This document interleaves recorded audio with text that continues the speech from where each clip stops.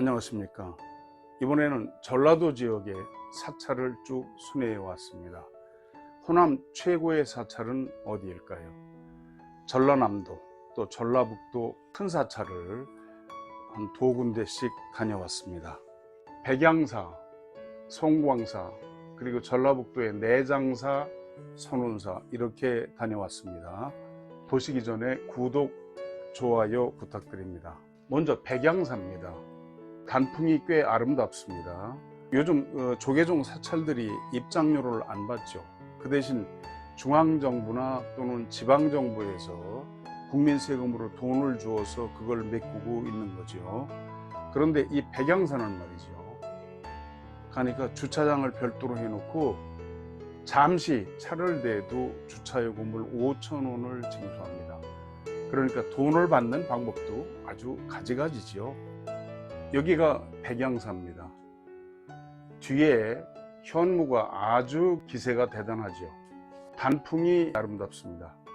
그런데 문제는 이 백양사도 주로 단풍나무를 쭉 길 옆으로 심었기 때문에 이런 거죠. 자연스러운 그런 맛은 별로 없더군요.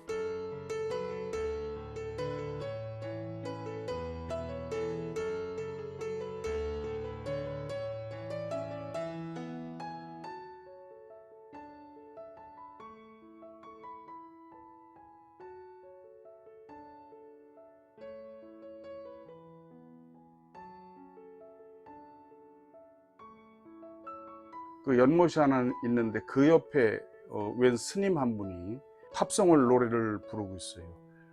그 녹화한 것도 있는데 이걸 좀 들려드리면 저작권법 위반이 되기 때문에 그건 들려드리질 못합니다. 잘 하는 노래는 아닌데 열심히 하여튼 하시더군요. 고불총림 백양사, 이 백양사는요 백제 무왕 33년 그러니까 서기 632년 여완선사가 백암사를 창건했어요. 고려 덕종 3년인 1034년 중현선사가 크게 보수하고 정토사라고 또 했습니다. 조선 선조 때는 환양선사가 영천함에서 금강경을 설법했는데 사람이 구름처럼 몰렸다고 합니다.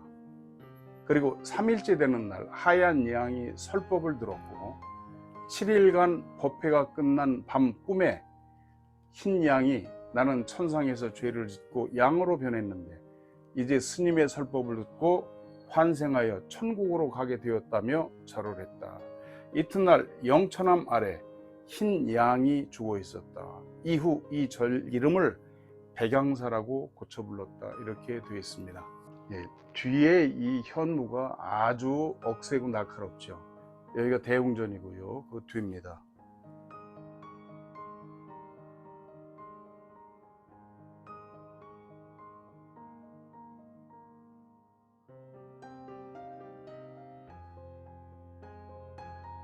혈은 얼마큼 있는지 측정을 해봤습니다.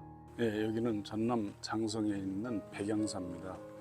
서기 631년 백제 무왕 때 세워진 절인데요. 그러니까 1400년 된 그런 절이죠. 저 뒤에 조산을 보시면 좀 험하지요. 순천의 송광사에 비해서 혈이 내려오는 게 좀 각박하지요. 넉넉하지 못한 그런 게 있습니다. 한번 측정을 해 보겠습니다.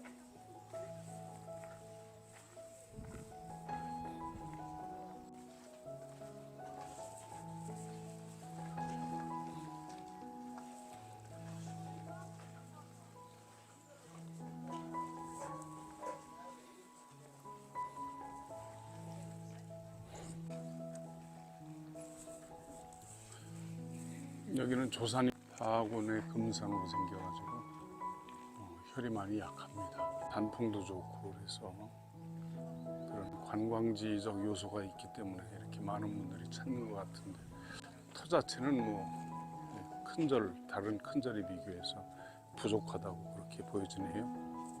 혈이 있기는 하지만 그렇게 아주 강하거나 그렇진 않더군요. 지세가 그만큼 넉넉하지를 못하기 때문이죠. 성보종찰 조계산 송광사 무소유길, 그래서 송광사 불이람 무소유길은 법정 스님이 자주 오르내리셨던 길이라고 그렇게 되어 있고요. 그 뒤에 올라가면요, 법정 스님이 그 전에 사시던 불이람이 있습니다. 한번 가보실 만합니다. 조계산 대승선종 송광사, 옛날 진월선사께서 여기다가 지팡이를 꽂았는데 싹이 나서 자랐던 나무라고 그럽니다. 지금은 이제 고목이 되어 있는데요. 보조국사 진월 스님께서 송광사에 처음 오실 때 짚고 오신 지팡이를 꽂으시며 시를 남겼다. 이야동 생사, 너와 나는 함께 살고 죽으니 아사이 여견. 사라고 하는 건 내가 사직한다, 떠난다, 그런 말이죠. 내가 떠날 때 너도 또한 그러하고. 회간 이 청엽, 네가 만약 푸른 잎을 나는 것을 다시 본다면 방지아 여견, 나도 그런 줄을 알겠다. 이렇게 지팡이를 꽂아 놓으셨는데 거기서 잎이 피어서 자라다가 이 보조스님께서 입적하시니까 이 향나무도 따라서 말라서 죽었다고 합니다. 그래서 고향수라고 이름을 붙였다고 합니다.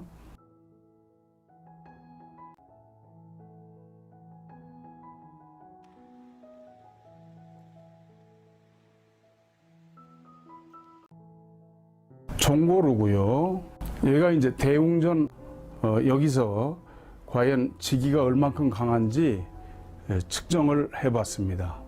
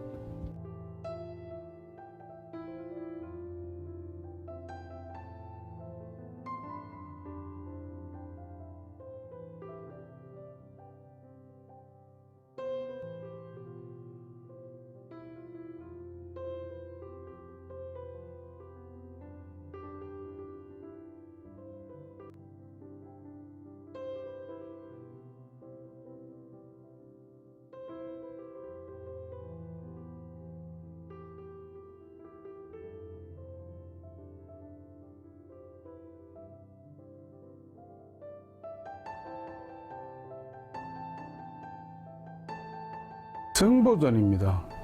이 앞은 어떨까요?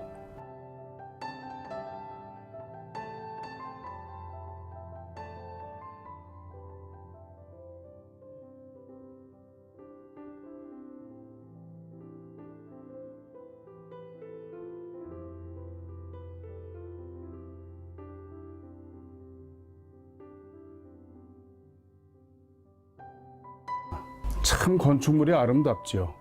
한겨울인데 마치 꽃이 핀 듯이, 이것이 무슨 나무인지 제가 이름을 잊어버렸습니다만 굉장히 아름답습니다. 송광산은 이렇습니다. 이 조계산이 큰 산이 와서 이렇게 둘러싼 가운데 여기 있습니다. 그런데 이런 데서 좌향을 잘못 잡으면 이 아주 실패하는 그런 자리가 되죠. 그런데 기가 막히게 좌향을 이렇게 잡았습니다. 그렇죠? 여기서 이렇게 앞으로 잡았습니다. 이 뒤에서부터 산이 첩첩이 내려옵니다. 그리고 좌향을 이렇게 잡은 거죠. 그렇지 않고 만약 이쪽으로 잡았으면은 여기는 실패하는 땅이 되는 거죠. 저 뒤에서 산이 어떻게 내려옵니까? 마치 만 마리의 말이 달려 내려오듯 내려옵니다. 이런 것을 금낭경에는 세여 만마 자천이하 그랬습니다. 산의 형세가 만마가 달려오듯 하늘로부터 아래로 내려온다라고 한 것이죠. 이것이 바로 세여만마 자천이합니다. 이렇게 첩첩이 달려 내려오는 큰 그런 새가 있죠. 그렇기 때문에 이 송광사가 천몇백 년간 크게 번창을 하고 그리고 승보사찰이 된 겁니다. 잘 보이시죠? 여기서부터 산이 마치 만 마리의 말이 달려 내려오듯 내려오는 것을 볼 수가 있습니다.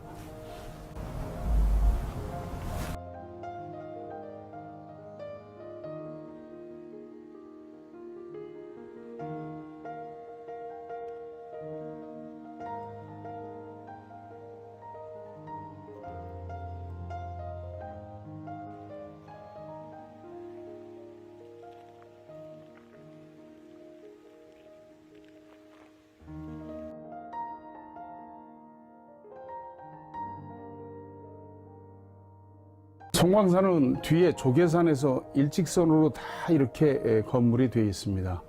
여기도 이쪽으로 있지 않고 전부 다 이렇게 되어 있죠. 그 옛날에 이런 것을 어떻게 하셨는지 정말 신비할 따름입니다.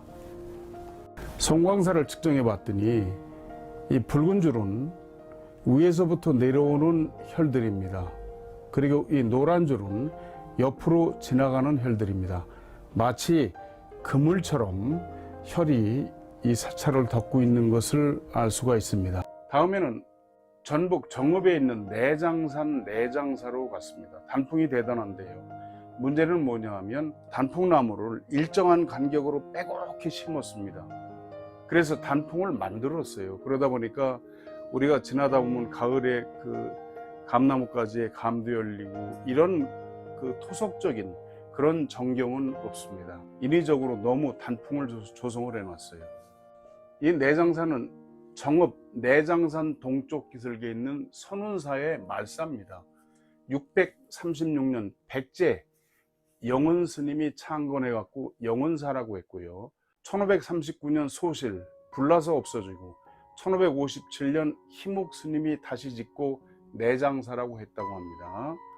1597년 정유재란 때 전소대가 되고 1639년 다시 짓고 여러 차례 증축과 보수를 했습니다. 또 한국 전쟁 때 전소가 되어버렸어요. 다 타서 없어졌죠. 1957년부터 중건을 했는데 2021년 방화로 대웅전이 전소가 됐습니다. 왜 이 절은 이렇게 계속 불이 날까요? 불이 나서 법당에다 탔는데 이렇게 샌드위치 판넬로 조그맣게 지어놓고 큰 법당이라고 해놨습니다. 뭐 이렇게 해야 법당 건립 기금이 모아지겠죠.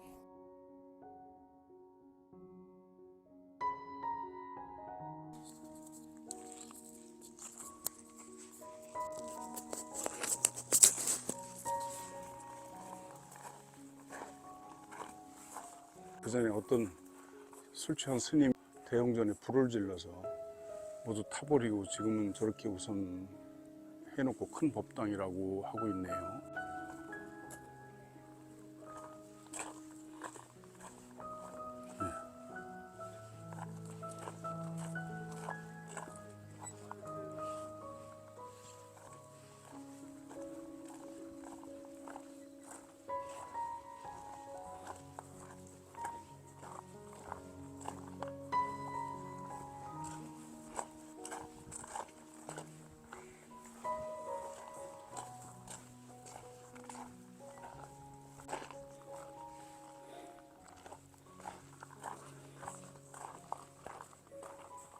그 전에 보면 법당이 저쪽에 있었죠. 그런데 앞에서 봤을 때 옛날 법당이 왼쪽으로 치우쳐 있는 것 같아요. 조금 더 오른쪽으로 오면은 천전물 가운데 석가모니 부처님을 가운데 딱 모실 수 있지 않을까. 정혈 선상에 모실 수 있지 않을까, 그런 생각이 듭니다. 이 지금 샌드위치 판넬로 한 여기는 혈에서 좀 비껴나 있어요. 즉 무슨 말씀이냐면 좀 더 앞에서 봤을 때 우측으로 와야 된다는 말씀이죠. 여기가 내장사고요. 안산이 이쪽에 있습니다. 뒤에 있는 조산, 그리고 앞에 있는 안산, 혈, 이렇게는 주객 상형을 해야 됩니다. 주인과 손님이 서로 맞이하는 듯, 영접하는 듯 해야 되는데, 이 내장사에서부터 앞에 있는 안산은 여기입니다. 이 뒤에 있는 조산보다도 앞에 있는 안산이 훨씬 더 웅장합니다. 여기가 내장사고 이 산입니다. 이 산이 안산인데요. 이미 이 산은 내장사를 마주보고 있지 않고 돌아앉아 있죠. 그렇죠? 이쪽으로 자기 스스로 감고 있어요. 서로 주객 상형을 해야 되는데 그게 아니라 등을 돌리고 있고 굉장히 높습니다. 이렇게 안산이 높죠. 여기는 산의 전면이 아니라 뒤죠. 등입니다. 그러다 보니까 어때요? 앞에 안산이 이렇게 높기 때문에 화기가 충천해서 계속 불이 난다, 그 말씀이죠. 내장사에서 나오면서 보면은 단풍이 굉장히 아름답습니다. 그런데 문제는 뭐냐 하면 우리가 가을이면은 외롭게 서 있는 감나무, 그리고 그 위에 한두 개씩 달려있는 까치밥, 이런 것들이 가을의 정취를 더하게 하죠. 그런데 내장사는 그렇지 않고 일률적으로 단풍나무를 너무 인위적으로 심어서 단풍이 화려하긴 하지만 자연스러운 맛은 전혀 없습니다. 주차장도요, 잠깐 세워도 5,000원을 받습니다. 그리고 그 절 아래 사하촌, 옛날 같으면 사하촌이라 그래서 그윽한 음식이나 파는 것 같죠. 지금은 전혀 그렇지 않습니다. 온갖 뜨내기 장사들이 들어오고요, 고성방가, 그리고 완전히 그 유흥촌이 돼버렸죠. 그리고 숙박시설은 1박에 보통 한 20만 원씩 합니다. 내장사를 가실 분은 미리 그런 걸 알고 가시기 바랍니다. 다음에는 전라북도 고창에 있는 도솔산 선운사입니다. 일중 김충현 선생 글씨입니다. 이 선운사는 고창군 도솔산의 백제일 승려 검단이 창건한 것으로 전해옵니다. 신라 진흥왕 왕위를 버린 첫날 밤 좌변굴 도솔암 밑에 있다고 합니다. 거기서 자다 꿈에 미륵 삼존불이 바위를 가르고 나오는 것을 보고 감동하여 중애사를 창건했다는 설화가 전해옵니다. 이상하죠. 왜 그러냐면 그때는 백제 땅인데 어떻게 신라 진흥왕이 여기로 왔겠습니까? 백제가 멸망한 것이 서기 660년이거든요. 그러니까 이거는 설화죠. 설화 그냥. 네, 굉장히 아름답습니다. 좀 둘러보시고요.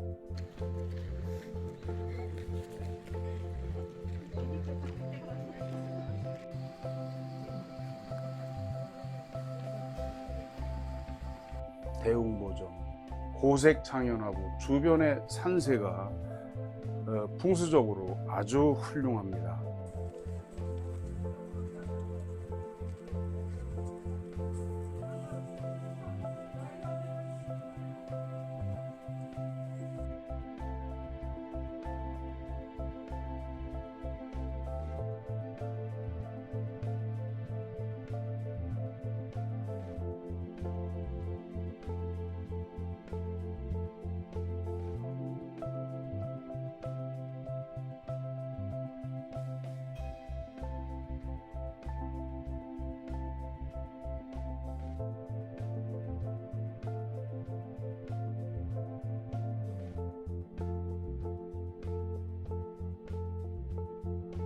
전라북도에서 최고의 지세를 갖춘 데는 여기 선운사가 아닌가 싶습니다.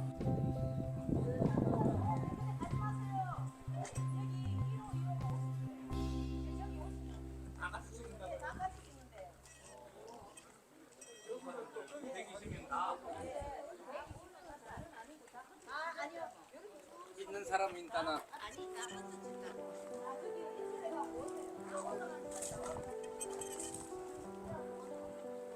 예, 석가모니 부처님 계시는 앞에 오니까 아주 강해요.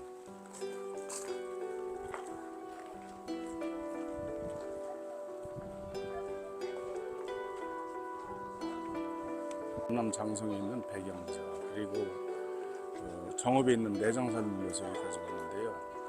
그 두 절하고는 비교가 안 될 만큼 지세가 훌륭하고 아늑하고 아주 좋습니다. 예, 저 뒤에서 또 저쪽에서 와서 가운데로 해서 이렇게 모여서 혈이 내려오는 걸 알 수가 있죠. 자, 왼쪽에서 이렇게 오고 해서 저 앞에 와서 맺혀서 혈이 이렇게 내려옵니다. 그리고 혈이 제일 강한 곳에 석가모니 부처님을 모셨네요. 그리고 그 앞에 있는 만세루인데요. 선운사 만세루는 대웅전, 대웅보전과 바로 일직선으로 맞은편에 있는 명당혈이 기가 막히게 좋은 그런 건물입니다. 만세루 뒤로 안산이 이렇게 보이시죠? 이 만세루는요, 대웅보전 앞에 누각입니다. 그리고 예불, 설법, 법회하는 그런 공관이죠. 즉 설법전 같은 건물인데요. 국내에 있는 사찰 누각 중에서 가장 큰 건물입니다.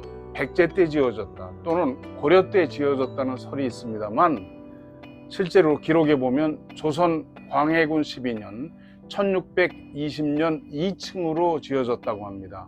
그런데 불이 나서 소실됐고요. 영조 28년인 1752년 단층으로 다시 지었다고 합니다. 근데 이 만세루의 특징은 그 당시에 절을 짓고 나서 목재가 많이 부족했습니다.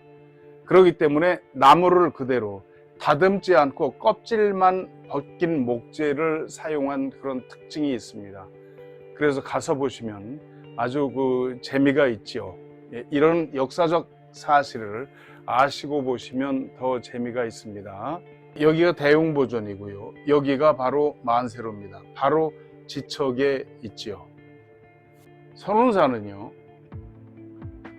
이처럼 산이 내려와서 감고 돌아서 안산을 마주한 이런 자리에 있습니다. 여긴데요. 여기가 변산반도입니다. 그리고 여기가 선운산이고요. 여긴 서해바다입니다. 이 내륙에서 내려온 혈이 양쪽에서 이렇게 선운산으로 들어가는 걸 알 수가 있죠. 첩첩이 휘감았죠. 이렇게요. 회룡고조라고 얘기를 합니다. 용이 몸을 돌려서 조산을 바라본다는 그런 뜻입니다. 선운산은 측정해 본 바와 같이 이렇게 아주 넓게 혈이 있습니다. 이 안에 전체 관룡자가 모두 다 작동을 하죠. 여기 가시면 또 차도 한잔 하실 수 있고, 주변 안산이 아주 훌륭하죠. 구독, 좋아요 부탁드립니다. 시청해 주셔서 감사합니다.